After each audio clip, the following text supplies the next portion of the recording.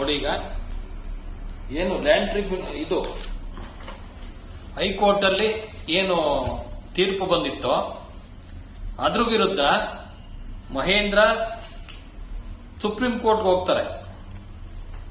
Mahendra supreme ಕೋರ್ಟ್ಗೆ ಹೋಗ್ತಾನೆ. ಅಲ್ಲಿ ನೋಡಿ 8729 to 8730 ಆಫ್ 2011 ಅದು SLP ಅಲ್ಲಿ ಫೈಲ್ ಮಾಡೋದು.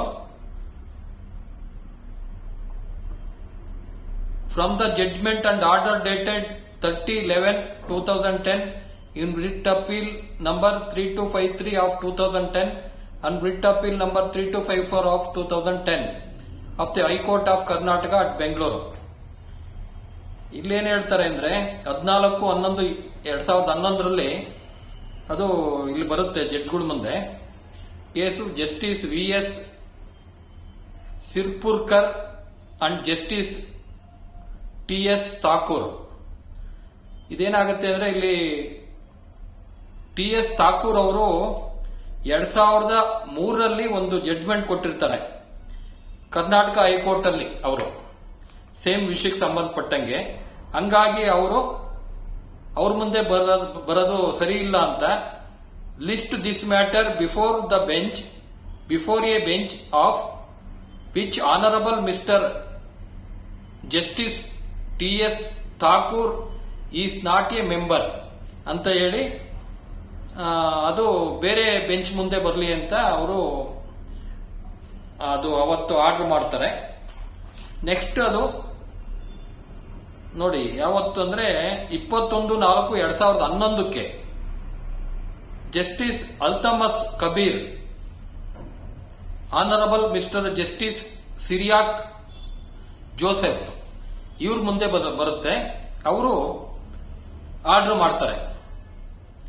ಏನ್ ಆರ್ಡರ್ ಮಾಡ್ತಾರೆ ಅಂದ್ರೆ, having heard learned counsel for the respective parties at the stage of issuance of notice, we are not inclined to entertain the special leave petitions or to interfere with the directions given by the High Court in the impugned judgment and order. However, as has been pointed out by Mr. Sundaram, learned senior advocate appearing for the petitioner, while giving the remaining directions, the High Court did not indicate as to how the estate of Srimati Rangamma was to be administered in the interregnum. It was submitted that except for the directions given in clause G, wherein it has been indicated that both the competing parties would be at liberty to initiate or defend appropriate action to protect the property on behalf of the estate of Srimati Rangamma without claiming any proprietary rights until the civil court decided their rights, and as indicated in clause H, they would also maintain status quo as on the date of the order. Nothing else has been indicated regarding the management of the estate.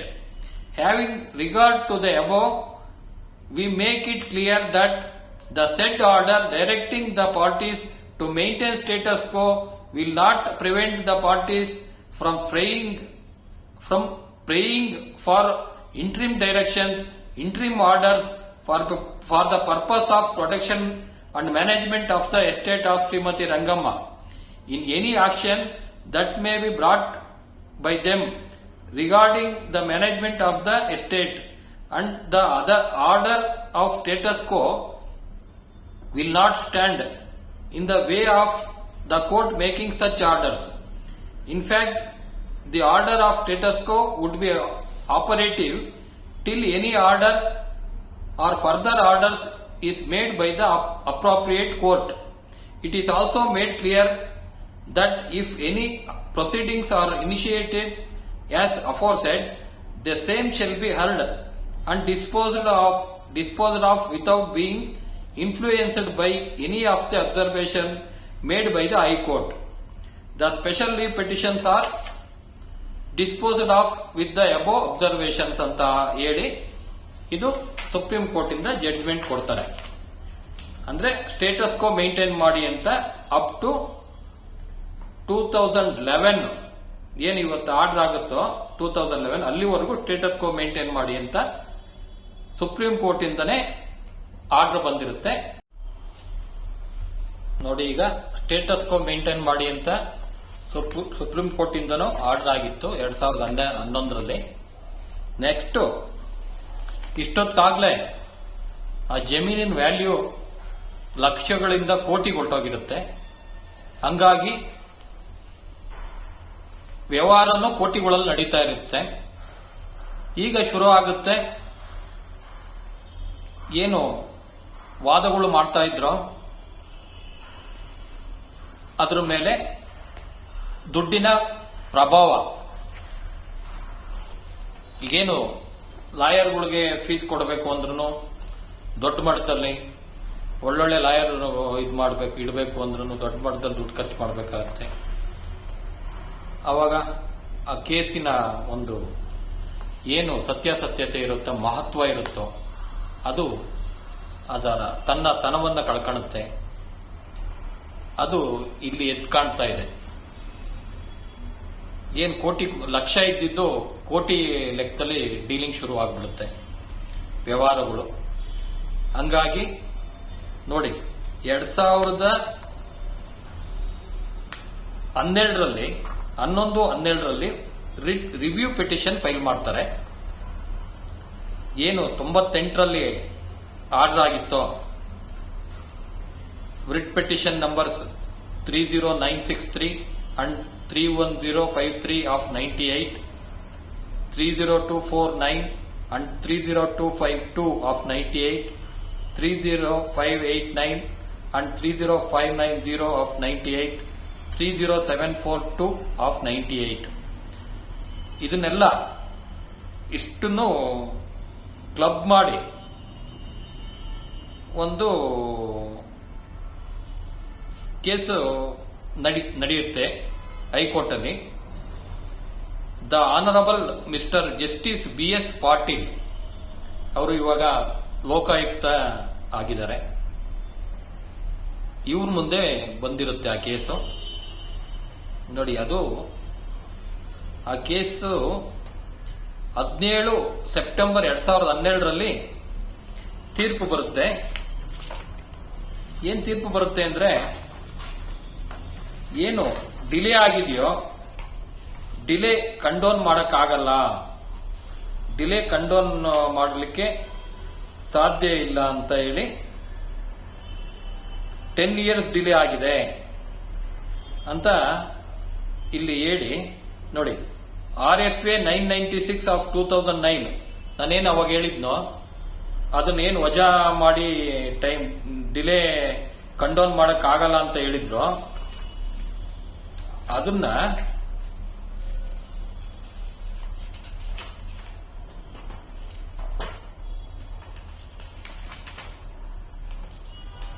ಆ 2009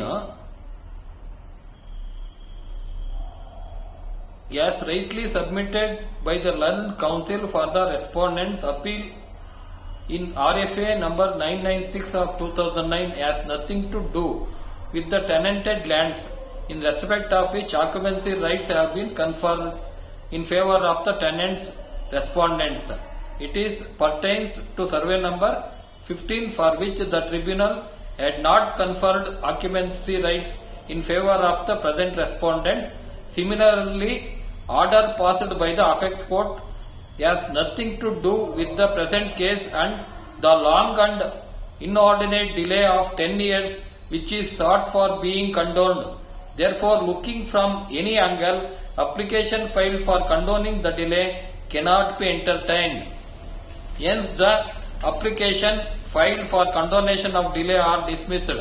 Consequently, review petitions are also dismissed ಅಂತ BS Patil ಅವರ ತೀರ್ಪು ಬರುತ್ತೆ. ಯಾವತ್ತು 17th day of September 2012 ಅಲ್ಲಿ. Next 2012ರಲ್ಲಿ ಒಂದು writ appeal file ಮಾಡ್ತಾರೆ ಹೈಕೋರ್ಟ್ ಅಲ್ಲಿ.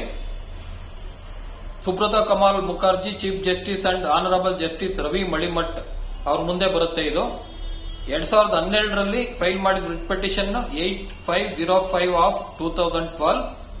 Writ petition writ appeal number 8505 of 2012 and writ appeal number 646 to 653 of 2014. ಇದು ಈ ಕೇಸು 2012ರಲ್ಲಿ ಒಂದು ಫೈಲ್ ಆಗಿರುತ್ತೆ, 2014ರಲ್ಲಿ ಒಂದು ಫೈಲ್ ಆಗಿರುತ್ತೆ.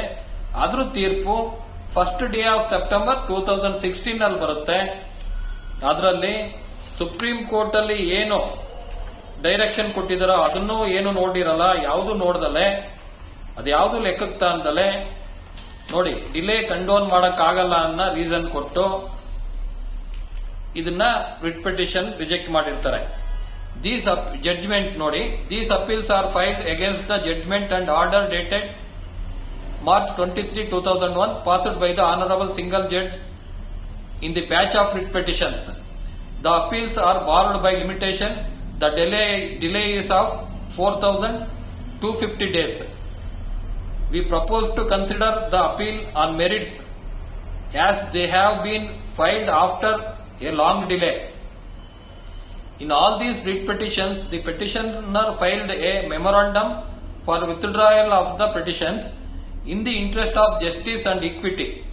The Honorable Judge accepted the memorandum filed by the learned advocate for the petitioner and accordingly dismissed all the writ petitions as withdrawn. We fail to see how these appeals are maintainable against such orders. We are of the considered opinion that they are not maintainable.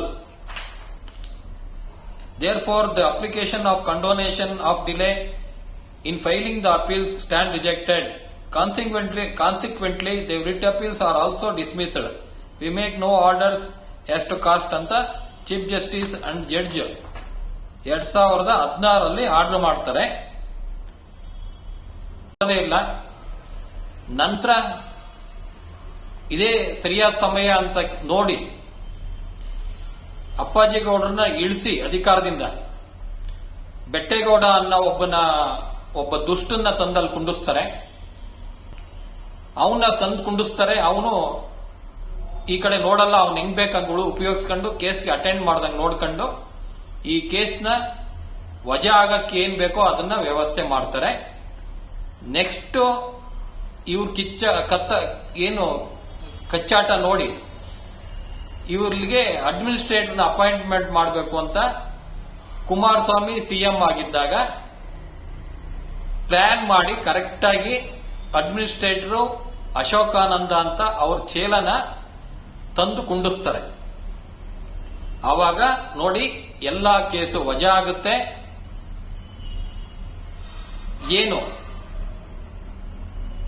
ಸಂಘಕ್ಕೆ ಸೇರಬೇಕಾದ ಆಸ್ತಿಗಳೆಲ್ಲ ಕೈ ತಪ್ಪಲಿಕ್ಕೆ ಆ ಭೂ ಮಾಫಿಯಾದವರು ಖಾತೆ ಮಾಡಿಸ್ಕೊಳ್ಳಲಿಕ್ಕೆ, ಅವರು ಮಾರಾಟ ಮಾಡಲಿಕ್ಕೆ ಅವಕಾಶ ಮಾಡಿಕೊಡಕ್ಕೆ ಏನ್ ಮಾಡ್ಕೊಡ್ಬೇಕೋ ಎಲ್ಲ ಅನುಕೂಲಗಳು ಮಾಡಿಕೊಟ್ಟು ಅವರಿಂದ ಏನೇನು ಬೆನಿಫಿಟ್ ತಗೊಬೇಕೋ ಅದನ್ನೆಲ್ಲ ಕುಮಾರಸ್ವಾಮಿ, ಅವ್ರ ಫ್ಯಾಮಿಲಿ ಅಂಡ್ ಅದರ್ಸ್, ಅಂದ್ರೆ ನಿಮ್ಗೆ ಗೊತ್ತಾಗಿರ್ಬೇಕು, ಎಲ್ಲರಿಗೂ ಗೊತ್ತಿದೆ ಈ ವಿಷಯ. ಅಲ್ಲಿಗೆ ನಾನು ನಿಲ್ಲಿಸ್ತೀನಿ ಇದನ್ನ. ಇನ್ನು ಮುಂದೆ ಆದ್ರೂ ಎಚ್ಚೆತ್ಕೊಂಡಿಲ್ಲ ಅಂದ್ರೆ ಇನ್ನು ಮುಂದಿನ ಹೋರಾಟ ಯಾವ ರೀತಿ ಮಾಡಬೇಕು, ನಿಮ್ಗೆ ಯಾವ ತರ ಪಾಠ ಕಲಿಸಬೇಕು ಅನ್ನೋದು ನನಗೆ ಗೊತ್ತು. ಕಲಿಸ್ತೀನಿ. Wait and see. Thank you.